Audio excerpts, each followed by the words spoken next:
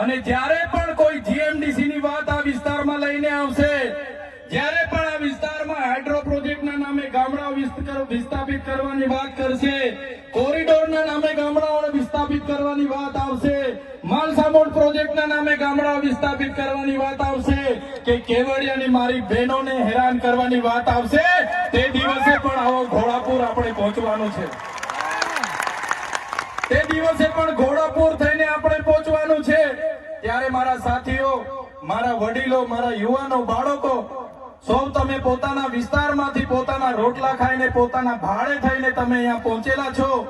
ત્યારે આજ તમારો ભાવ, આજ તમારા અમારા પ્રત્યેનો પ્રેમ, આજ તમારો સહકાર અમારી તાકાત છે.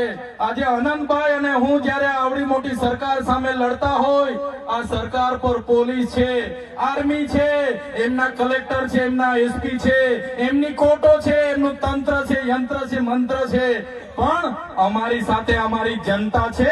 એ લોકો અમને ક્યારેય કાઢી ન શકે.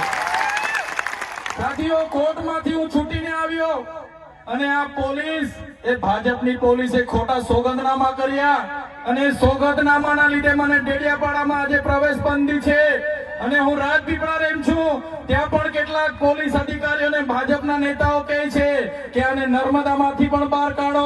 ત્યારે નેતાઓને હું કહેવા માંગુ છું, તમે મને ડેડિયાપાડામાંથી બહાર કાઢશો, તમે મને નર્મદામાંથી બહાર કાઢશો, અમે અમારા લોકોના દિલમાં વસેલા છે, ત્યાંથી ક્યારે બહાર નથી કાઢી શકો. અમે અમારા લોકોના દિલમાં વસેલા છે, ત્યાંથી કોઈની તાકાત નથી કે અમને તેમાંથી બહાર કાઢી શકે. ત્યારે સાથીઓ, હમણાં આપણો બધાનો વિરોધ જોઈને, આપણી બધાની કામગીરી જોઈને આ લોકોએ હમણાં મંત્રીમંડળ બદલ્યું, બધા મંત્રીઓને બદલી કાઢ્યા. આપણા વિસ્તારમાં પણ 4 રબર સ્ટેમ્પ મંત્રીઓને રાખી દીધા છે. ત્યારે આ સરકારને કહેવા માંગીએ છે, ભેંસ દૂધ ઓછું આપે તો ત્યારે ભેંસના ખીલા બદલવાથી દૂધ વધતું, ભેંસ